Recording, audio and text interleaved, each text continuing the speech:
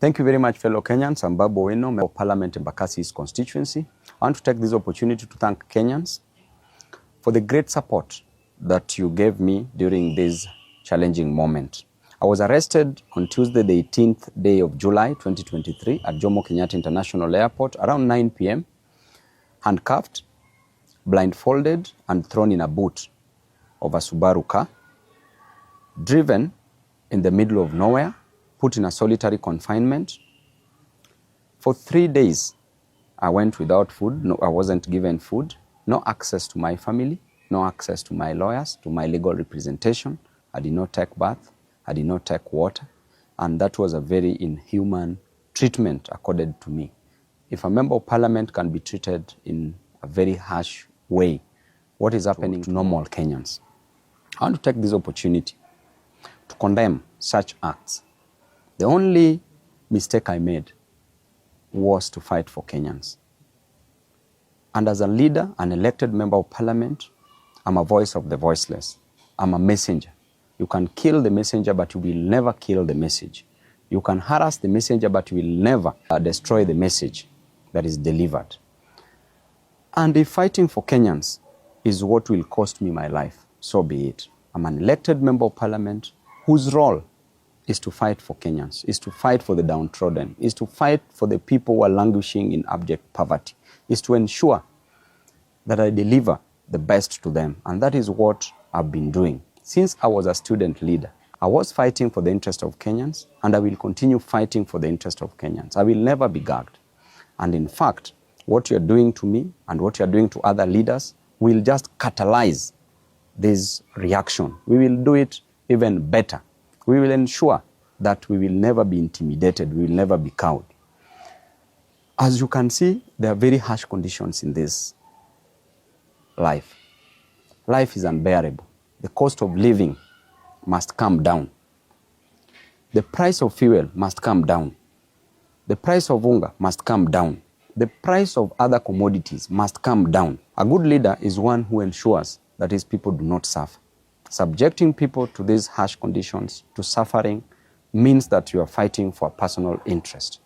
This government rode on the back of the hustlers, the same hustlers of whom they are destroying on a daily basis. They are killing them, unleashing policemen to kill them, to maim them, to cause injuries on them, and that is not fair at all. On a daily basis, you blame Raila to be the cause of the deaths of the people. Raila did not give instructions to the police to use brute force, to use the extrajudicial means to gag people from fighting for their inherent and inalienable interest, not only spiritedly but also religiously. Never blame Raila on this, because Raila is not in government. Raila did not take the price of hunger to the ceiling. Raila has not raised the cost of living. You as President Ruto, you as Rigathi Gachagua, what you are doing to the people is to deny them their fundamental human rights. In addition to that, you are killing them. You are destroying them. These hustlers, what will you tell them in 2027?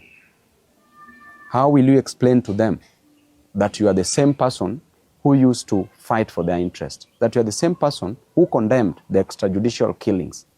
How will you explain to these hustlers? And I can tell you, even in the Bible itself, a story is told in the book of 1 Kings from chapter 12. When King Solomon had passed on, because King Solomon passed on after increasing taxes, there was heavy burden on the people. And after he passed on, his son, Rehoboam, took over. People went to Rehoboam as the new king and requested that the burden be lifted from their shoulders, that the cost of living to go down. And I invite you as Ruto to read this book, because it will teach you a lot. When people talked to Rehoboam to reduce the cost of living, he told them that he would go and consult the people who had worked with his father, the elders. When he went to the elders told him to listen to the voice of the voiceless, to listen to his people and reduce the cost of living.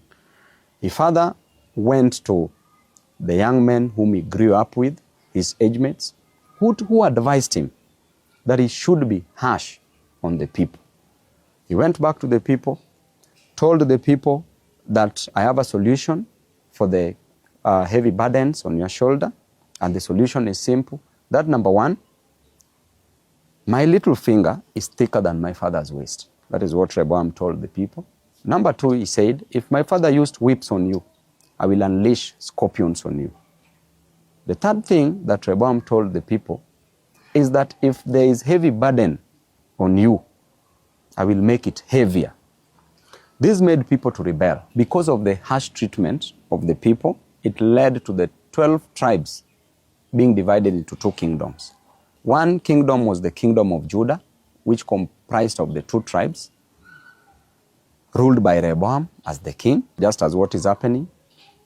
And the other 10 tribes rebelled, and they formed the kingdom of Israel that was ruled by Jeroboam.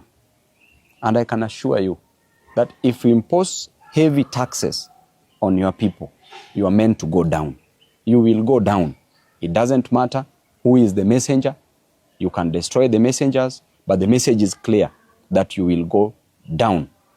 You may be advised by the fools around you, as we always know, and a leader is known by the people surrounding him. If you're surrounded by the 4 fools, you become the 5th fool. If you're surrounded by 4 wise men, you become the 5th wise man. But as things are clear, in black and white, you are surrounded by fools. I can clearly tell you that Kenya, where it is headed, just like in the Bible, will go down because of the heavy cost of living you're imposing on the people. Because of the high cost of living, because people lack a lot in life, you are rushing to build for people houses. People don't need houses. People just need food. People need school fees. And as a leader, I know what it is to lack food. That's why I will fight for them, because I lacked food at some point. If you tell me you lack food, I know what it is to lack food. If you tell me that you lack school fees, I know what it is to lack school fees. You are rushing to build for people houses, which is not a main challenge, but people's main challenge is the food. Just let the cost of living come down. If it doesn't come down, it must be forced to come down. Lastly, I would like to advise Rachel Ruto and Bishop Dorcas Gachagua that you don't need to pray for Kenya. You don't need to pray for people. Pray for your husbands. The problem is in your house. The problem is not outside the door. You are living with the problem. Don't cast the demons. Look near you. You will see them. We will continue fighting, and to Kenyans, we will always fight for you. Members of the press, we thank you very much for being on the side of the people. Tibim.